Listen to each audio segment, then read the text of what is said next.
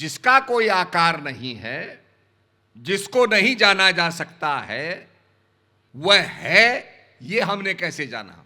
जो ज्ञानी है वो जानते हैं कि जो अमृत है उसकी 4 क्रियाएं होती हैं, जैसे 4 वेद हैं जो गुरु महाराज ने आपको प्रदान की हैं।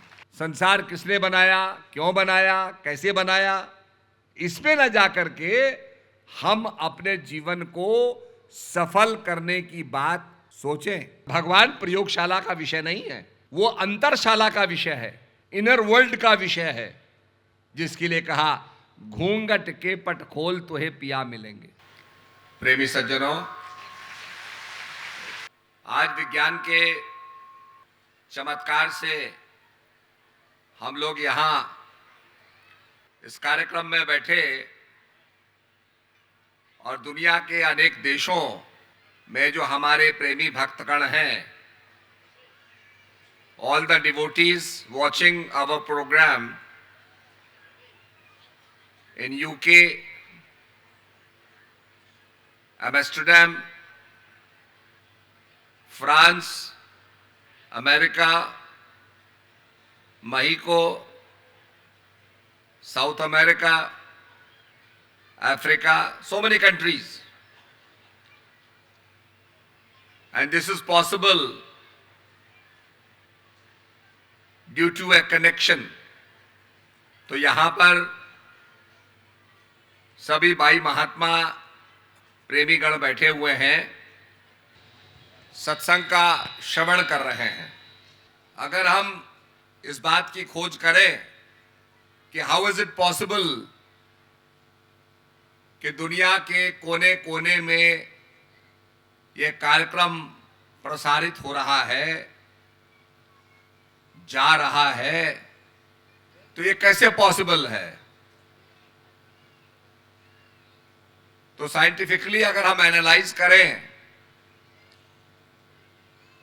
तो पता चलता है कि यहां से ये कैमरा इसको ले रहे हैं, खींच रहे हैं, तो ये इलेक्ट्रिकल सिग्नल्स में कन्वर्ट हो रही है, उसके बाद ये इंटरनेट में जा रहा है, इंटरनेट से ऑप्टिकल फाइबर के जरिए ये कई देशों में जा रहा है। और जहां ऑप्टिकल फाइबर काम नहीं कर रहे हैं वहां सैटेलाइट काम करती है, सैटेलाइट के जरिए सिग्नल जाता है और लोग इसको देख रहे हैं। बट ये पॉसिबल तभी है जब तक कनेक्टिविटी होती है। बिना कनेक्शन के आप जुड़ नहीं पाएंगे।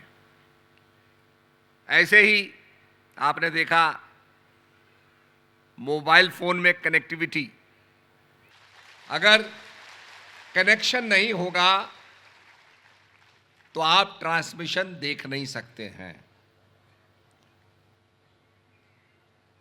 ऐसे ही स्पिरिचुअलिटी में भी परमपिता परमात्मा तो सर्वव्यापक है, सब जगह है, कहा भी गया है जर्रे जर्रे में है झांकी भगवान की, किसी सूझ वाली आंख ने पहचान की। कण कण में बताया है। यहां तक कहा गया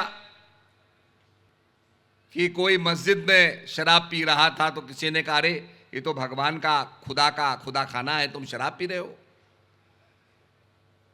तो उसने कहा, भाई तुम ये बता दो खुदा कहां नहीं है, ऐसी जगह बता दो जहां खुदा ना हो और मैं वहां जाकर के शराब पी लूं।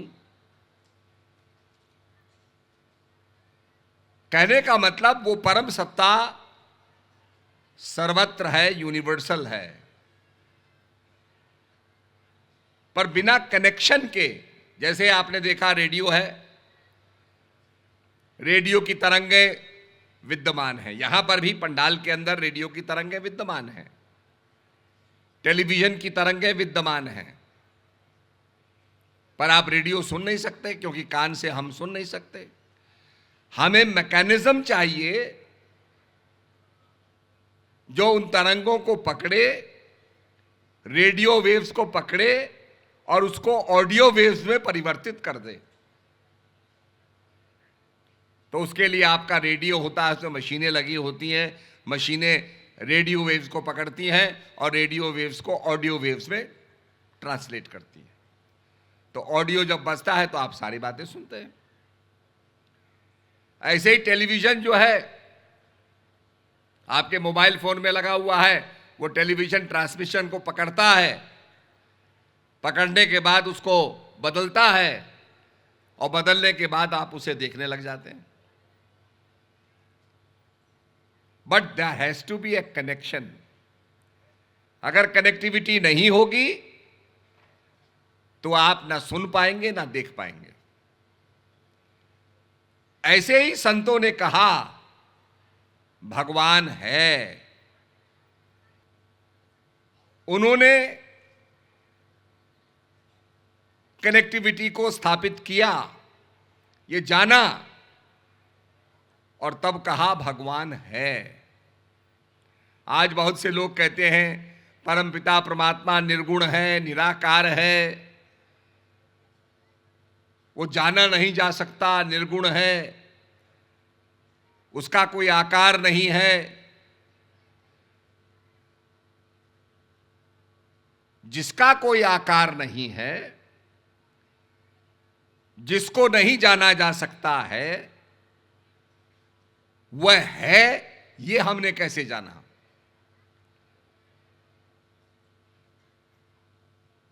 That which is not possible to be known, how did we know it? हमने कैसे जाना? और यही बात एक फिलॉसफर ने बड़े दूसरे ढंग से कही। वो सवेरे सवेरे बड़े उदास हो गए। उनके शिष्य आए कि आचार्य जी आप उदास क्यों हैं? उन्होंने कहा मैं इसलिए उदास हूं कि रात को मैंने एक सपना देखा और सपने में देखा कि मैं एक तितली बना हुआ हूं। लोगों ने कहा अब तो सपना खत्म हो गया, आप जागृत अवस्था को प्राप्त हो गए हैं, तो अब आपको दुख नहीं मनाना चाहिए, आप जागृत हैं, आपको पता है। तो उन्होंने कहा कि मेरी समस्या यह है कि अगर मुझे सपना आ सकता है, मैं सपने में तितली हूं, तो तितली को भी सपना आ सकता है। अब कहीं मैं तितली का सपना तो नहीं हूं। तो भगवान को जाना, ऋषियों ने जाना, वो आंखों से देखा नहीं जाता है,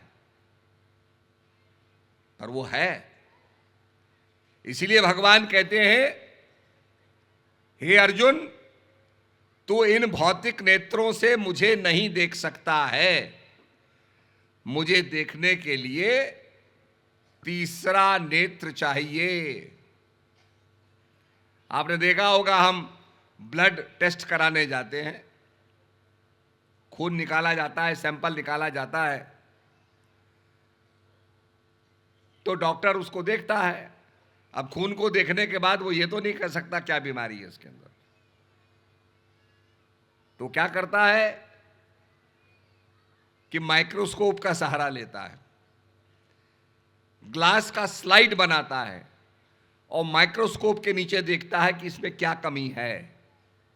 तो जैसे एक डॉक्टर माइक्रोस्कोप का उपयोग करता है, ऐसे भगवान कृष्ण गीता में कहते हैं अर्जुन, मुझे जानने के लिए तुझे तीसरा नेत्र चाहिए, जिसे दिव्य चक्षु कहा गया। इन नेत्रों से तू भौतिक चीज को देख सकता है, only physical things, not the spiritual thing. एक डॉक्टर आपका पैर देख रहा है, हड्डी टूटी हुई है, वो पैर देख रहा है पर टूटी हुई हड्डी नहीं दिखाई देती। उसके लिए वो एक्सरे करता है। एक्सरे करने के बाद जब एक्सरे को टांगता है, रोशनी के आगे लगाता है, तब देखता है कि हाँ भाई ये हेयरलाइन फ्रैक्चर है। तो ऐसे ही भगवान भी कहते हैं कि मुझे जानने के लिए, इसीलिए हम आरती में गाते हैं प्रभु तुम है एक अगोचर सबके प्राणपति। आप अगोचर हो, इंद्रियों से नहीं जाने जा सकते। अगर जाने जाते तो भगवान पर भी रिसर्च होती, पर भगवान प्रयोगशाला का विषय नहीं है, वो अंतरशाला का विषय है, इनर वर्ल्ड का विषय है, जिसके लिए कहा घूंघट के पट खोल तुहे पिया मिलेंगे। नेपाल के अंदर लुम्बिनी में सिद्धार्थ का जन्म हुआ। उनके अनुयायी मंत्र का जाप करते हैं, ओम मणि पद्मे हंग। और कई लोग इसका अर्थ नहीं समझते हैं। सबसे पहली बात तो ओम कहा गया, यह संस्कृत का मंत्र है, 6 सिलेबल का है। ओम हमारे शास्त्रों के अंदर पवित्र शब्द है, जिसमें अ उ म आता है, जिसको हम कहते हैं अकार उकार मकार, जो हमारे बोलने के स्रोत हैं, लिप्स, कंठ और सोलर प्लेक्सस। इनसे हम अ उ म, हिरण्याग्रभ, विराट, तेजस, तो जो वाणी, तीनों वाणी को जो जोड़ते हैं, उसका पवित्र शब्द ओम है। इसलिए ओम, गायत्री मंत्र में ओम लगाया जाता है, कई मंत्रों में ओम का उच्चारण होता है, क्योंकि फिजिकल वर्ल्ड के अंदर यह अति पवित्र है। ओम मणि पद्मे हंग, मणि का मतलब होता है चमकने वाली चीज, जो प्रकाश दे। जैसे रामचरितमानस में कहा है, राम भक्ति चिंता मणि सुंदर, बसहि गरुड़ जाके उर अंदर, परम प्रकाश रूप दिन राती, नहीं चाहिए कुछ दिया कृत बाती। राम की भक्ति क्या है? चिंता मणि, ज्वेल के बारे में कहा गया, जो प्रकाश देती है। आपने हीरे को देखा होगा, हीरा हार्डेस्ट सब्सटेंस है। कांच को काटना हो तो हीरे से काटते हैं, धरती में ड्रिलिंग करनी हो, जहां पत्थर आता है तो हीरे के बिट्स लगा के उसकी ड्रिलिंग की जाती है। सबसे हार्डेस्ट सब्सटेंस हीरा है, रफ यूज करते हैं ड्रिलिंग के लिए। तो कहा राम भक्ति चिंता मणि सुंदर, चिंता मणि की तरह, जिसके अंदर प्रकाश हो। ऐसे ही गायत्री मंत्र के अंदर कहा गया, ओम भूर्भुवः स्वः तत्सवितुर्वरेण्यम भर्गो देवस्य धीमहि धियो यो न प्रचोदयात्। हे प्रकाश के पुंज, मैं तेरा ध्यान करता हूं। धीमहि, आई कॉन्सेंट्रेट ऑन यू, मैं तेरा ध्यान करता हूं। ध्यान माने मन को एकाग्र करता हूं। और इधर भी ओम मणि पद्मे, पद्म माने होता है कमल, तो सहस्त्रदल कमल, जहां प्रकाश विद्यमान होता है, उसका एक व्यक्ति अनुभव करता है। ये अनुभव की चीजें हैं, ऐसा नहीं कि ये मंत्र अनुभवहीन लोगों ने लिख दिए। जिन्होंने एक्सपीरियंस किया है उन्होंने लिखा है। तो जैसे दिन में मैं बता रहा था कि बुद्ध ने 3 चीज देखी, बीमार आदमी को देखा, बूढ़े आदमी को देखा, एक लाश को जाते हुए देखा, तो बड़े व्यथित हो गए, वो विचलित हो गए,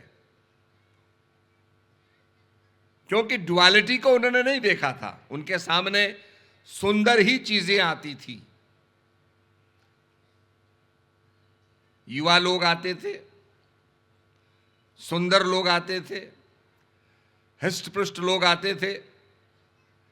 आप कभी अस्पताल में जाना हो जाए तो वहां देखो किसी की टांग बांधी हुई है, किसी के ड्रिप लग रहा है, कोई चिल्ला रहा है, और वो देख के आदमी वैसे ही विचलित हो जाता है।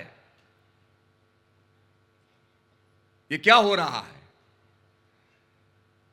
किसी की पैर के अंदर उन्हें रॉड डाला होता है, हालांकि उनकी सबकी चिकित्सा हो रही है, इलाज हो रहा है, पर उस कंडीशन को देख करके आदमी बड़ा विचलित हो जाता है। बाप रे बाप, ये क्या हो रहा है? ऑपरेशन को देखो तो और विचलित हो जाओगे। ऐसे ही बुद्ध भी, सिद्धार्थ भी विचलित हो गए। और इससे बचने का मार्ग क्या है? तो पत्नी को, रात्रि को, पुत्र को त्याग करके वो जाते हैं और संकल्प ले लेते हैं। एक दृढ़ संकल्प ले लेते हैं कि जब तक मुझे इनलाइटनमेंट, आत्मज्ञान प्राप्त नहीं होगा, मैं भोजन नहीं करूंगा। बड़ी कठिन तपस्या में चले जाते हैं। ये गया में जहां पर आपने बुद्ध का मंदिर देखा, अभी कुछ दिन पहले गया में हमारा कार्यक्रम था, हम भी गए। वो वृक्ष वहां खड़ा हुआ है, हालांकि कई पीढ़ी उसकी बीत गई, पर वो खड़ा हुआ है। लोग जाते हैं।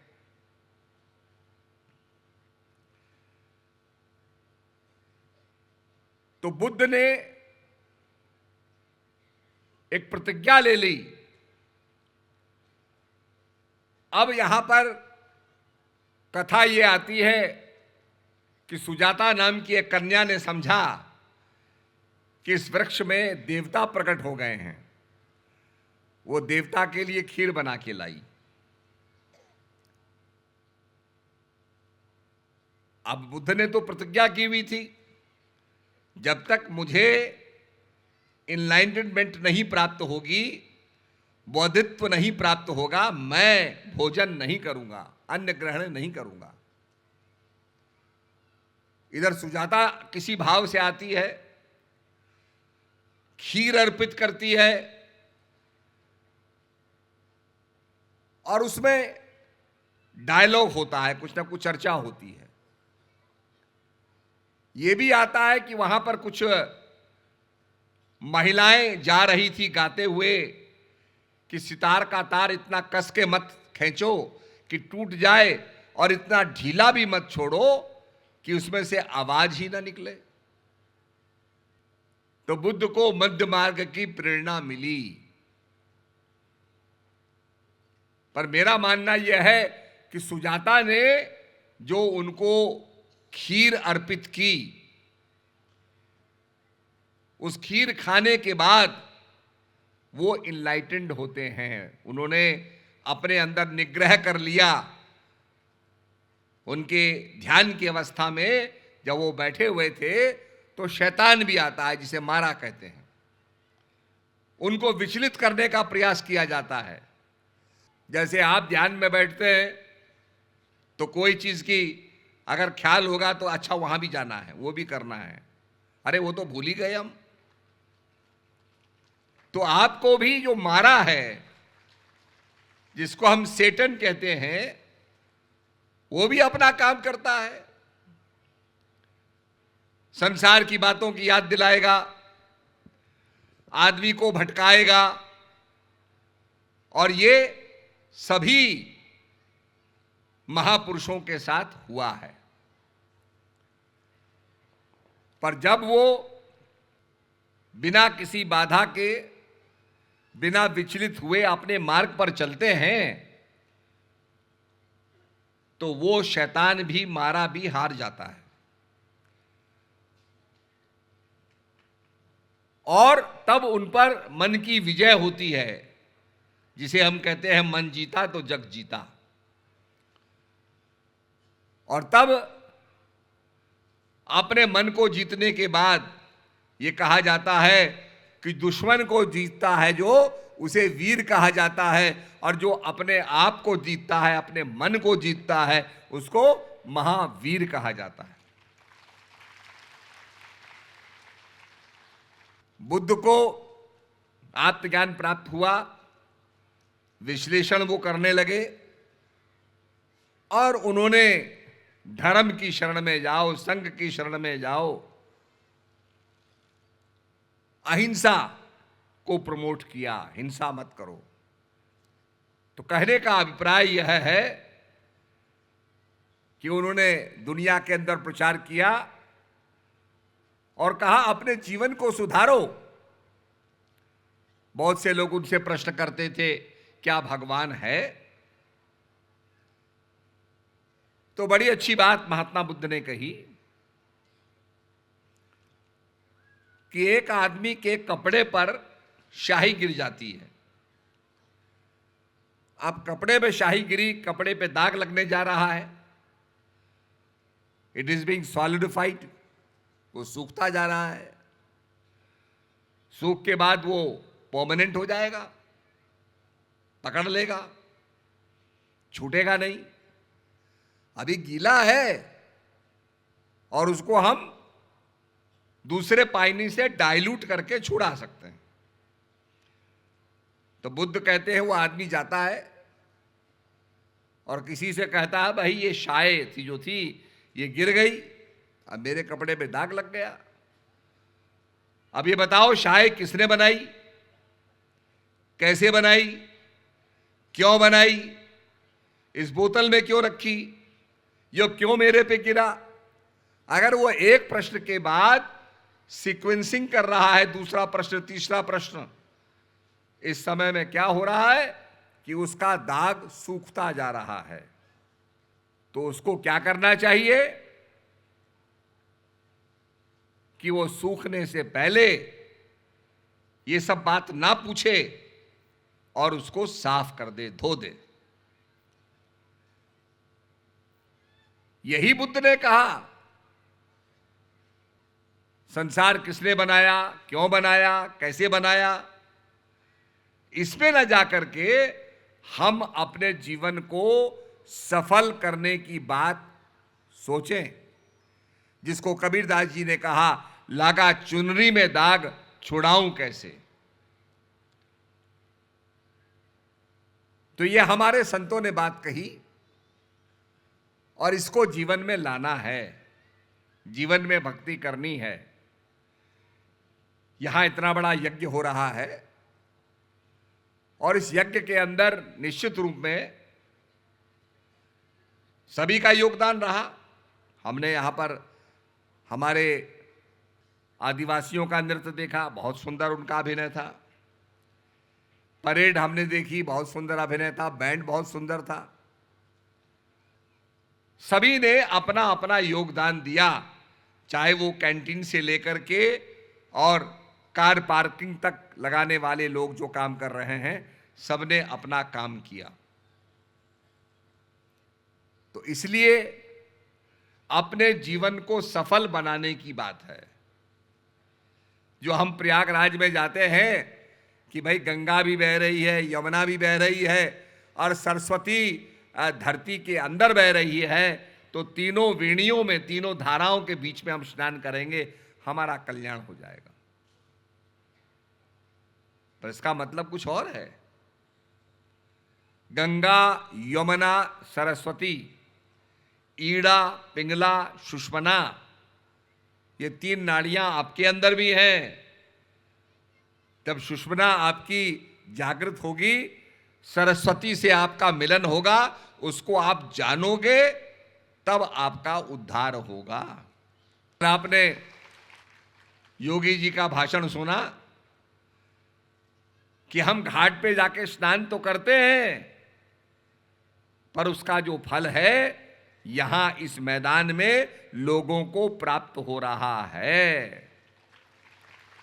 तभी कहा मुद मंगल में संत समाजू, जो जग जंगम तीरथ राजू, राम भक्त जहां सुरसरी धारा, सरसई ब्रह्म विचार प्रचारा। संतों का जाना चलता फिरता प्रयागराज है। It is moving. तो मुद मंगल में संत समाजू, जो जग जंगम तीरथ राजू। हमारे वेदों में आता है ऋग्वेद के अंदर कि हिमालय की चोटियों से बंदरपूछ की तरफ से एक धारा बहती थी जिसको सरस्वती कहा जाता था और वो अरेबियन सी में मिलती थी। इसका पूरा उल्लेख आता है कि बड़े वेग से वो बहती थी। उसके बगल में काफ़ी हमारे शहर पड़ते हैं, राखीगढ़ी हो गया, कालीबंगा हो गया, काफ़ी पड़ते हैं। आज वो नज़र नहीं आती, नदी गायब हो गई। तो अमेरिका ने जब सैटेलाइट्स ऊपर से भेजी और सैटेलाइट से स्कैनिंग की तो पता चला कि एक ड्राई रिवर बेड है जो बंदरपूछ की तरफ से चलते हुए और उसी स्थान पर से जा रहा है जहां से हम सरस्वती का जिक्र पढ़ते थे। इसका मतलब वो रिवर थी एक जमाने में, पर अर्थक्वेक आया, कॉन्टिनेंटल शिफ्ट हुई और कॉन्टिनेंटल शिफ्ट से वो नदी जो है वहां से गायब हो गई, अंतर्ध्यान हो गई। आज भी आप कालीबंगा देखोगे, राखीगढ़ी देखोगे, बड़े बड़े टाउन्स उसके बगल में हैं और आप उनको स्टडी करोगे तो आपका मोहनजोदड़ो, कालीबंगा, राखीगढ़ी, ये बड़े बड़े टाउन्स बसे हुए हैं हजारों साल पहले। तो ये अपने आप में एक सोचने की बात है, इनका संचालन कैसे होता था, मुद्रा विनिमय कैसे होता था, क्या करेंसी इनकी थी, ये अपने आप में सोचने की बात है जो हमारे ऋषियों ने लिखा हुआ है। इसी प्रकार से हमारे बद्रीनाथ से अलकनंदा बहती है, वहां पर व्यासपीठ थी, वेद व्यास जी ने वहां शास्त्र लिखे और जब ज्यादा ठंडी पड़ती थी तो नीचे आ जाते थे, तो उनका दूसरा आश्रम होता था। तो कहने का मतलब कि ऋषियों संतों ने उन गाथाओं को लिखा है, ज्ञान की चर्चा की है। इसलिए उपनिषद के अंदर जो गुरु के समीप बैठ करके हम ज्ञान प्राप्त करते हैं वही उपनिषद है। तो प्रेमी सज्जनों, ये सौभाग्य आपको मिल रहा है सत्संग सुनने का और नववर्ष और उत्कर्ष, तो ये सब आपके जीवन में आए और आपके जीवन में आध्यात्मिक प्रगति हो। बच्चों के अंदर अच्छे संस्कार डेवलप हों। आपने सुना होगा पारसी लोग मरे हुए आदमी को टावर ऑफ साइलेंस में रखते हैं। एक टावर बना होता है जहां उसको रख दिया जाता है। जब कुछ लोग जहर खा करके मर जाते हैं और टावर ऑफ साइलेंस में रखे जाते हैं तो गिद्ध आकर के उनका मांस खाते हैं, वो गिद्ध भी मर गए क्योंकि उनका मांस भी पॉइजनस हो गया। ऐसे ही कल मैं बता रहा था कि प्लास्टिक का जो आज ये प्रचार हो रहा है, ये भी हमारे अंदर विकृति लाएगा। इसलिए प्लास्टिक का कम से कम उपयोग होना चाहिए और प्लास्टिक को हम रिसाइकल करें। ये प्लास्टिक को हम खाना डाल देते हैं, गरम गरम खाना डाल देते हैं, ये बड़ा डिजास्टर्स होता है। एक जगह लोग गरम चाय और कॉफी पीते थे, उन्होंने इसको देखा, स्टडी किया तो पता लगाया कि वो जो पीता था आदमी, वो वहां से कॉफी पीता था कागज के गिलास में, और उसके कंटेंट्स को जब देखा गया तो कैंसरस थे। और जब सारे समूह को देखा गया तो उनके अंदर भी कैंसर के तत्व पाए गए। एक ऑर्डिनरी गिलास तो बड़ा हार्मफुल है। हम पर्यावरण में ये प्रदूषण ला रहे हैं, पोल्यूशन ला रहे हैं। इसलिए मेरा आग्रह है कि इसको हमें रोकना चाहिए। बच्चों के अंदर अच्छे संस्कार डालने चाहिए। और बड़ी खुशी की बात है कि यहाँ लोग बड़े अच्छे संस्कार डालते हैं, उनके बच्चे बड़ा अच्छा अभिनय करते हैं, सत्संग करते हैं, बाल सभा के अंदर बहुत अच्छा प्रदर्शन करते हैं। ये बहुत ही प्रशंसनीय काम है। नहीं तो आज बच्चों को चुप करने के लिए हम कहते हैं मोबाइल दे दो भाई, मोबाइल दे दो। पर मोबाइल एडिक्शन हो जाएगा तो बहुत बड़ी समस्या हो जाएगी। मोबाइल इसका सलूशन नहीं है। बच्चों के अंदर सत्संग के प्रति संस्कार, भजन गाने के प्रति संस्कार, बाई महात्माओं के प्रति संस्कार डालेंगे तो आपका परिवार जो है वो वास्तव में देखा जाए आज कलयुग में रहते हुए भी राम राज्य का परिवार बन जाएगा। अभी इसके बाद देश के कोने कोने में और अगले साल कुंभ होने वाला है 2027 में, 2027 में हरिद्वार के अंदर कुंभ होने वाला है, जिसके बारे में यह आता है कि जब समुद्र मंथन हुआ और अमृत निकला तो उस अमृत की 4 बूंदें धरती पर गिरी। एक उज्जैन में गिरी, एक नासिक में गिरी, एक हरिद्वार में गिरी, एक प्रयागराज में गिरी। तो जो ज्ञानी है वो जानते हैं कि जो अमृत है उसकी 4 क्रियाएं होती हैं, जैसे 4 वेद हैं जो गुरु महाराज ने आपको प्रदान की हैं। उसका स्वाध्याय करेंगे, गोता लगाएंगे। जिन खोजा तिन पाइयां गहरे पानी पैंठ, मैं बावरी खोजन गई रही किनारे बैठ। उनको मिलता है जो डुबकी लगाते हैं। मोती किन्हें मिलते हैं? जो डुबकी लगाते हैं। तो जिन खोजा तिन पाइयां। तो आइए आप भी अंतर जगत की गहराई में उतरिए और खोजिए और उसको प्राप्त कीजिए, जिससे हमारा कल्याण होने वाला है। इन्हीं शब्दों के साथ सभी बाई महात्माओं को बहुत बहुत दुआ आशीर्वाद। और इस समय बाई महात्माओं को प्रचार करना है और आप लोगों को भी बाई महात्माओं को सहयोग देना है, प्रचार करना है। गुरु नानक देव जी ने कहा, आप जगे औरों को जगावे, नानक निश्चय मुक्ति पावे। आज अर्जुन का नाम भगवान के साथ क्यों आता है? भगवान बता रहे थे, अर्जुन पूछ रहा था।